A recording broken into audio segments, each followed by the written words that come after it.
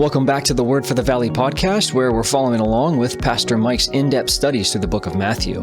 And we have come as far as Matthew 21. Now, Jesus is returning to Jerusalem after the triumphal entry. The crowds have praised him, welcomed him, and celebrated his arrival. But Jesus carries a much heavier understanding of what he sees in the city and in the temple. And on his way back, he encounters a fig tree that looks healthy from a distance, but bears no fruit. Now, that image reflects the spiritual condition he's about to confront in the temple. And in this episode, Pastor Mike helps us understand what the fig tree reveals about Israel and the kind of fruit God desires from his people. Let's follow along with Pastor Mike.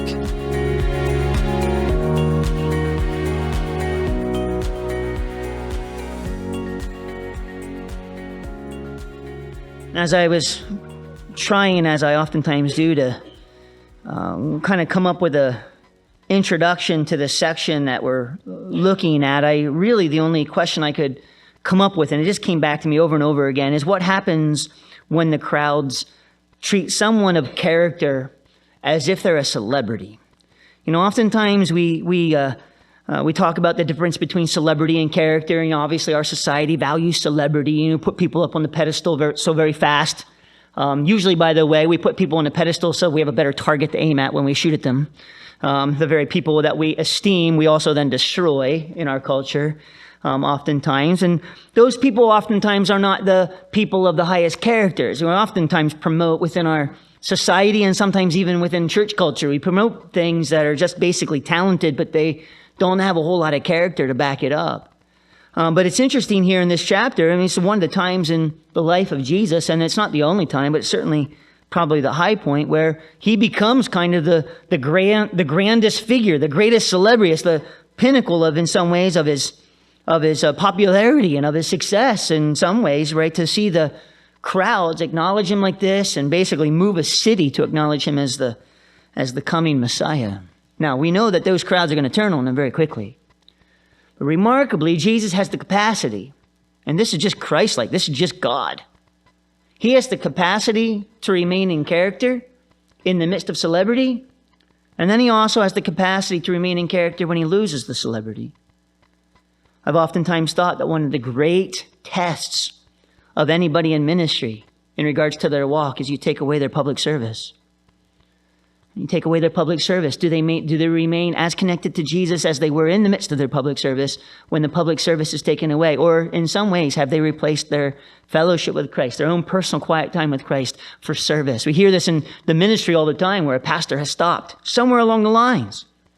He has stopped reading the Bible for himself. He has stopped studying it for himself, and it's only to crank out the next message, the next sermon. And it becomes more public than it is private. Remarkably for Jesus, he is able to navigate all of those different seasons in the proper way, and it almost in some ways remains completely unchanged. But the indictment then that Jesus offers to the crowds in their fickleness, in their highs and their lows, or their ability to look at him for the wrong reasons, his ability in the midst of it to cut right through it and say, but this is what I'm looking for. This is what's important to God.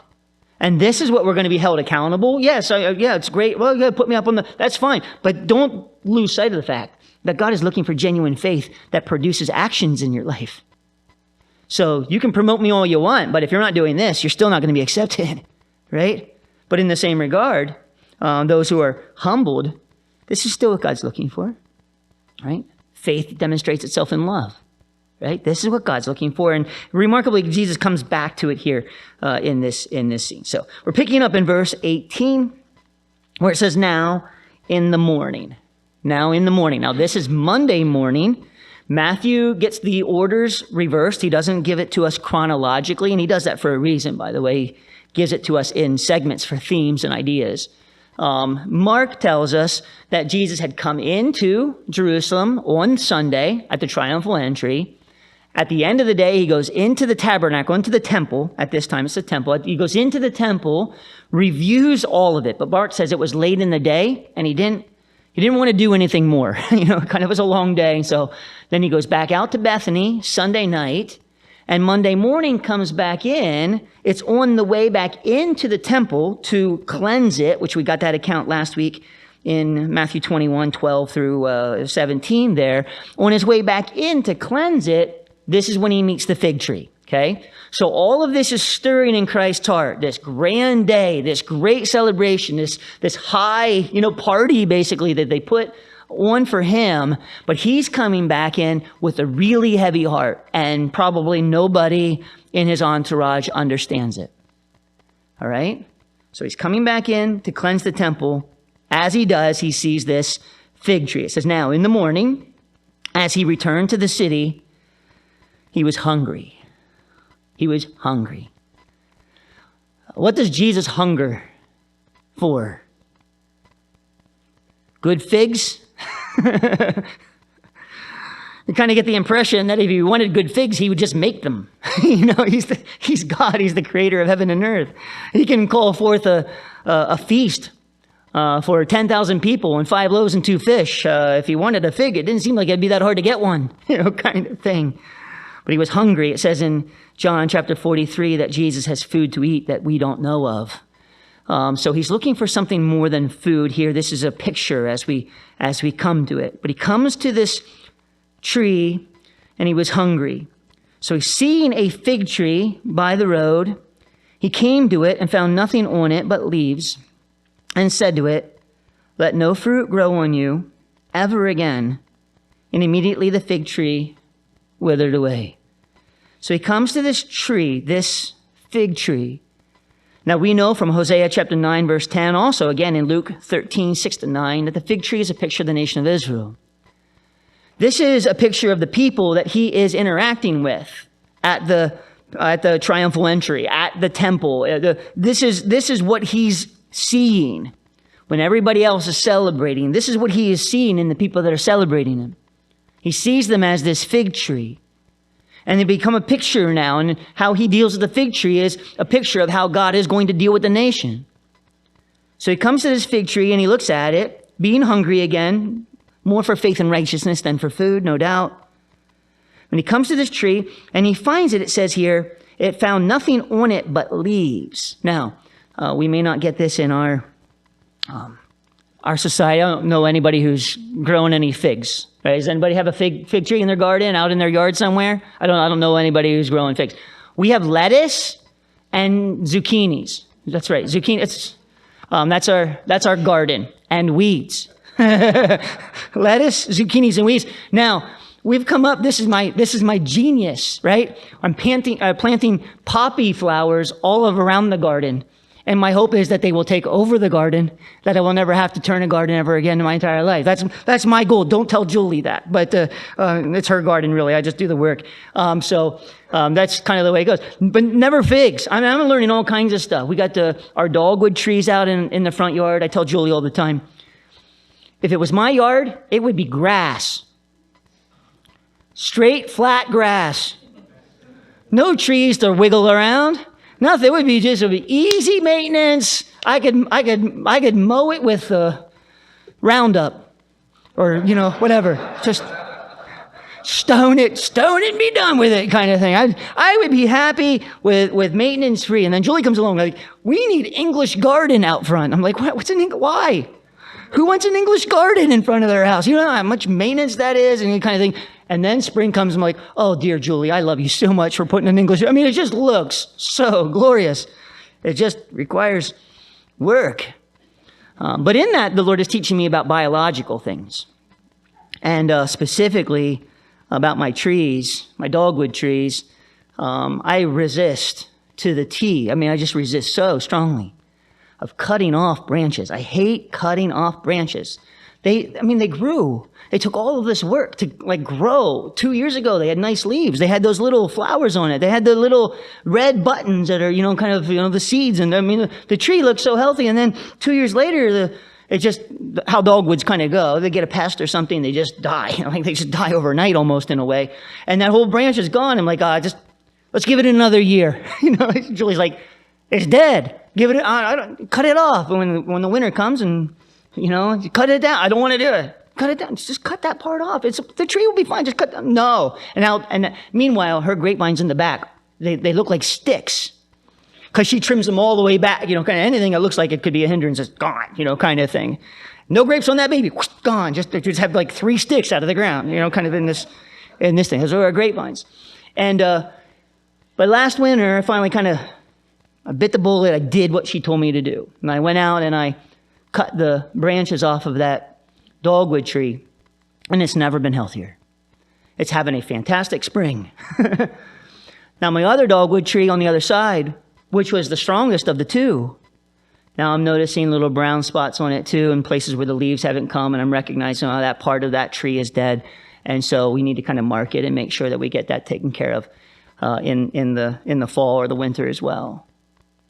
But I hate cutting off branches. I really try to hold out hope as long as possible that it will revive. Just come back. That's one option, right? You're out there like laying hands on the tree, like, come on, right? Right? There's a parable in Luke chapter 13 regarding the fig tree that the owner of the vineyard recognized that his tree wasn't bearing the fruit. And the tender of the vineyard came to him and said, basically, give me another year. I'll dig it. He says, I'll dig it and I'll dug it. Or dig it and dung it. That's the King James. I'll dig it and I'll fertilize it. And I'll give it another year and we'll see if it doesn't come back, if it doesn't produce fruit. He said, then after that, that's the most we can do. And if that happens, then we'll come and cut it down. But the thing we need to recognize about God's heart is he doesn't cut first. He doesn't indiscriminately cut. It's not like he just goes around and napalms everything because he doesn't like it or whatever. It's just kind of inconvenient it hurts his mowing, whatever, right? It'd be so much easier to mow if there wasn't anything to mow or whatever. That's not his intention. He goes to the trouble to plant the fig tree. What he has done for the nation of Israel in establishing them as a nation and bringing them to this point is beyond measure. Right? How much he has invested into this. It's beyond the point of return.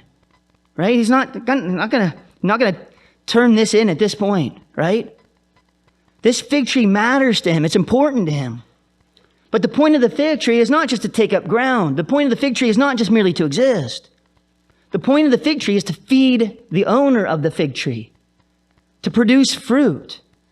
And for this fig tree here to have leaves without fruit makes it a hypocritical fig tree, in that because in the way fig trees produce is they actually produce a first ripe fig, the first fruits of the fig tree, actually come before the leaves, that if a fig tree has leaves on it, it should also have some figs on it. Now, the seasonal figs are better than the first ripe figs, right? They'll actually get another batch of figs as the year goes along. But there should be some figs on this tree, kind of a resemblance of fruit at least. He's not asking for much. He's asking just for a little, like a sign of something beneficial, like just a hint of it being good. And that's what he's hungry for here in the nation of Israel. Just give me a little bit. Just give me a hint that it's going to be okay. Just give me a sign that we're kind of on the right path. Just a little bit, something here to kind of preserve the nation. And it says when he found nothing on it, he looks at the fig tree and then just says, let no fruit grow on you ever again. And immediately from that point, the fig tree withered away. Now, the fig tree may stand, but it doesn't have life. The fig tree may stay in the ground for a while, and it will. The nation of Israel will outlast the crucifixion of Jesus by 30, 40 years, 35 years, 40 years before it gets deported and taken away. It will outlast it. It just won't live. It'll survive. It'll stand. It just won't produce any fruit because it's been detached from the vine. It's been detached from the source. The sap and the energy of the tree is immediately dried up. It is immediately withered away. At the pastor's conference, one of the teachers made reference to a comment that Damien Kyle made years ago, and I remember when he said it. I remember when he said it, and then when the guy brought it back up again, it did it all over to me again. Everything that you build up in your life,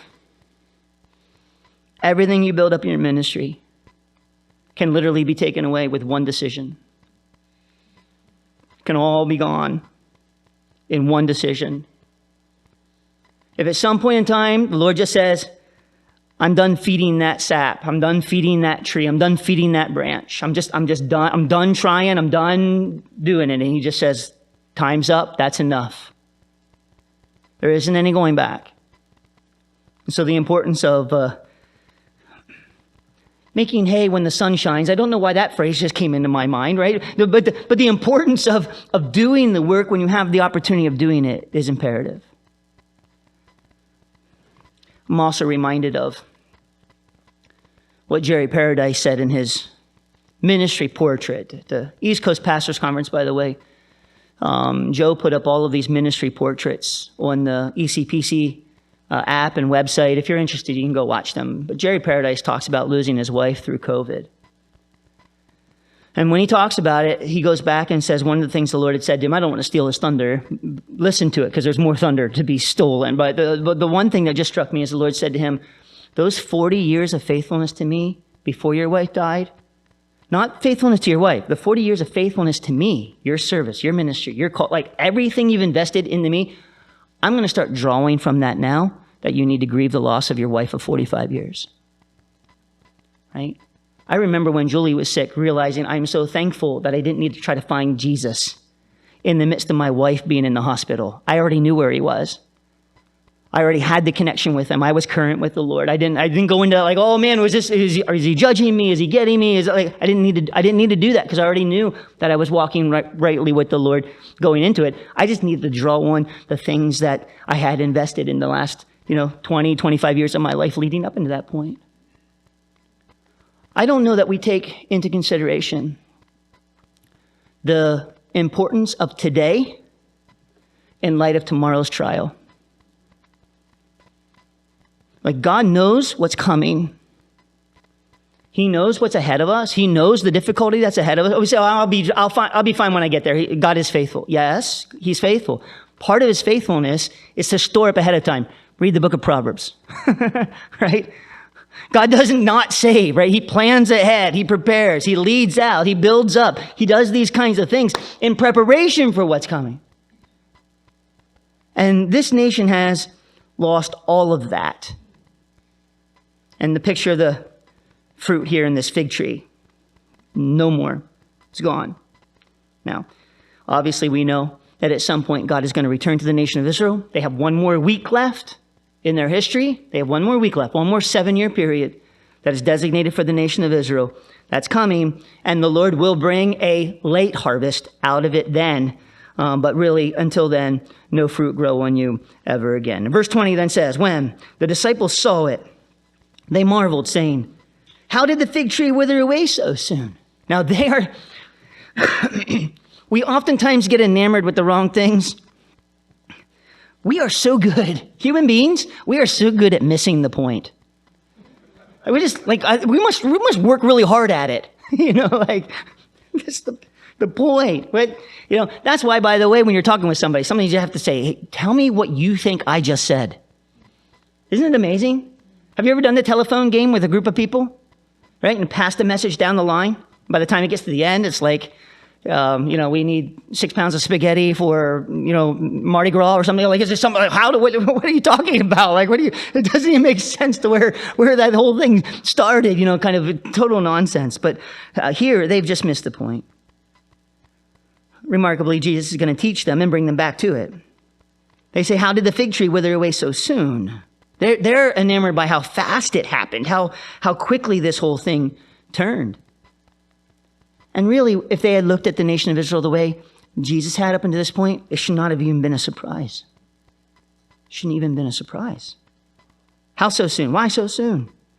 Well, Jesus answered and said to them, assuredly I say to you, if you have faith, which I believe is the clue into what he was looking for from the fig tree. He was looking for faith. He was looking for what is the work of Christ? What is the work of God? The work of God is this, to believe in the one that he sent. He's looking for this faith. He says, if you guys have had faith, or if you do have faith and do not doubt, you will not only do what was done to the fig tree, but also if you say to this mountain, be removed and cast into the sea, it will be done. And whatever things you ask in prayer, believing, same word again, faith, trust, believing, whatever you ask in prayer, believing, you will receive. Now, this is a challenging verse for a lot of people because they get focused on the wrong thing, right? When is the last time, Pastor Mike? When's the last time you prayed that a mountain would move? Jesus here said that if we prayed a mountain would move and we believed it strong enough, the mountain would move, right? Listen, God never asked me to move a mountain. He never asked me to pray about moving a mountain, right?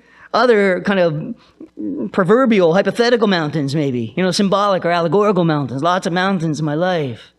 But I've never prayed oh, dear God, please take Shade Mountain and move it right? All the hunters would kill you if you move their mountain. Don't do that, right? Kind of thing. Leave the mountain alone, whatever, right? But it's a picture, right? It's a picture that God, in his relationship with us, will give us the necessary tools to do the things that are according to his calling. But the thing we need to remember in faith, that it doesn't initiate with us. Faith initiates with God. This is not faith in faith, right? Where somebody just said, well, I need to faith that harder. If I faithed it harder, then I would get it. No. Faith is dependence. Faith is reliance. Faith is a response, right? Faith comes by hearing by the word of God. But when God says something to you, how you receive it. When God does something for you, how you respond to it. That Jesus would ride into Jerusalem and they would not take him as the Messiah. They're trying to set him up as this celebrity, and he knows that in a few days they're planning his death, his execution. That they're not receiving this in the measure of faith that he wants them to, just to receive him. That's the thing he's missing here, right? How are you going to grow in your relationship with God? It's through faith. But for that to happen, he's got to reveal some stuff to you.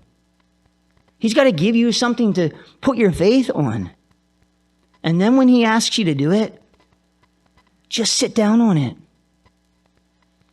Just sit down on it, right? To lean heavily upon is another way that the word faith is defined. To lean heavily upon. To put your dependence upon. Right now, all of you, whether you know it or not, are demonstrating faith in your seats, in your chairs. You're sitting on them. Well, I didn't feel like that was a whole lot of faith. Now I'm really worried. Do I have enough faith to sit on this chair? I don't know. You had enough faith to sit on the chair until this point. Now you're thinking about it, right? And that's the danger. Where our mind and our focus gets off of the object that we're resting upon, off of his word, off of relying, and it starts to get put on us. Well, am I faithing enough? Do I believe enough? Knock it off. Stop it. Don't look that way, right? Look to him and then just say, hey, he said it, I believe it. He said this, I'm just going to put my faith in this. And then just sit down on it. Be still, right? Be still and know that I am God. Psalm 46:10, right? Literally, hands down. Hands down. Hands down. Stop trying to fiddle with it. Stop trying to fix it. Stop trying to make it better. Stop trying to figure it out. Stop trying to, coordinate what God said is going to happen. Stop trying to coordinate it. Just trust him, hands down. Obey the next step. That's all you got to do. That's all you got to do. If you do that, you will find in your life, mountains move. Mountains move. But it's a byproduct of the relationship that's established through faith. It's not because you are all that concerned about mountains. Right? Mountains will move. I've seen mountains move in my life. I've seen God do miracles. I've seen God do miracles, right? But what I've learned is you never celebrate the miracle because it's so passing. It goes away so fast. The excitement and the enjoyment of the miracle is gone before the next day. I'm always struck at the feeding of the 5,000. The next morning they wake up, chase Jesus and his disciples to the other side and demand breakfast. Did nobody think about packing up what was just coming out abundantly the night before? Or they just thought that would just happen the rest of their lives? Right? Probably just that kid with the 5 loaves and 2 fish, by the way. He probably had a sack full of stuff. He's like, well, look, everybody, kind of thing, right? They come back and they want breakfast. Because a miracle doesn't satisfy. It's not enough. That's why you have to keep going back to the source of the miracle. Go back to the one who did the miracle. Now say, now, Lord, now what? Now what? Now what do you want to do? What's next? Believing, trusting, relying upon him is the key.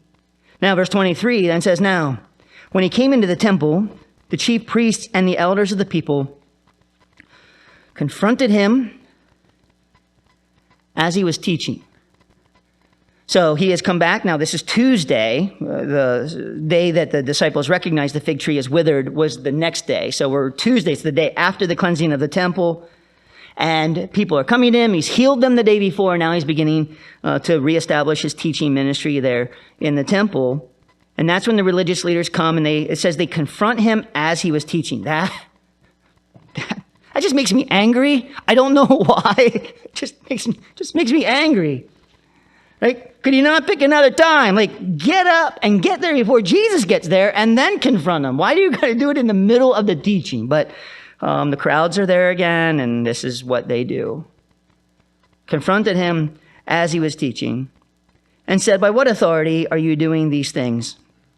And who gave you this authority? Now, specifically, they are asking this question because the day before Jesus cleansed the temple. We say that in a nice way. He got rid of all of the marketplace of the temple and just opened it up back up for ministry again. And they don't like that because they got a lot of money. They made a lot of money off of this, right? So again, it's like at a baseball game saying all of the vendors, who are working, the game to sell, Cokes and things, right? Peanuts and popcorn. We're giving it all away for free. Like, no, man, this is my cash cow. I make all my money on this day, right? I came to the fair to do this. I only work 3 months out of the year and I live. You can't steal away the thing that is so vital to me for my survival, for my existence, for my prosperity. But Jesus has shut all of that down and they're questioning how in the world he could do it. Who gave you this authority? But Jesus answered and said to them, now, I also will ask you one thing, which if you tell me, I likewise will tell you by what authority I do these things. The baptism of John, right? Now again, remarkable that Jesus answers a question with a question. I don't necessarily like it when people do this to me because you recognize that they're getting at something that I didn't realize we're getting at, right? I thought we were talking about this, and they realized we're talking about something else, something deeper, something more important. First, let's answer this question. One of the commentaries said it this way. The religious leaders raised the question of Jesus' authority, but he answered by raising the question of their competence to judge. Isn't that great? Maybe. unless you're one of those guys, maybe, right? They are raising the question of Jesus' authority. He is re-questioning them about their competence, their ability to actually judge his answer, their competence to judge. And the thing he's specifically getting at is whether or not they are sincere enough to receive a proper answer. Will they take what he tells them without twisting it, without turning it into something else, right? Are they sincere enough to look at themselves and see what's actually happening? We learn that the fig tree looked healthy from a distance, but when Jesus came near, he found no fruit. And that same problem appears in the religious leaders. They had knowledge, position, and the outward appearance of devotion, but when Jesus confronted them with the truth, they were unwilling to respond honestly. Their question about his authority was not a sincere search for understanding. They were looking for a way to protect themselves and discredit him. And we learn that the fruit God desires is not merely the right appearance or the right words, but a heart that's willing to receive the truth, repent, and obey. All right, that's all for now. I hope you can join us next time. This is the Word for the Valley podcast. So long, everyone.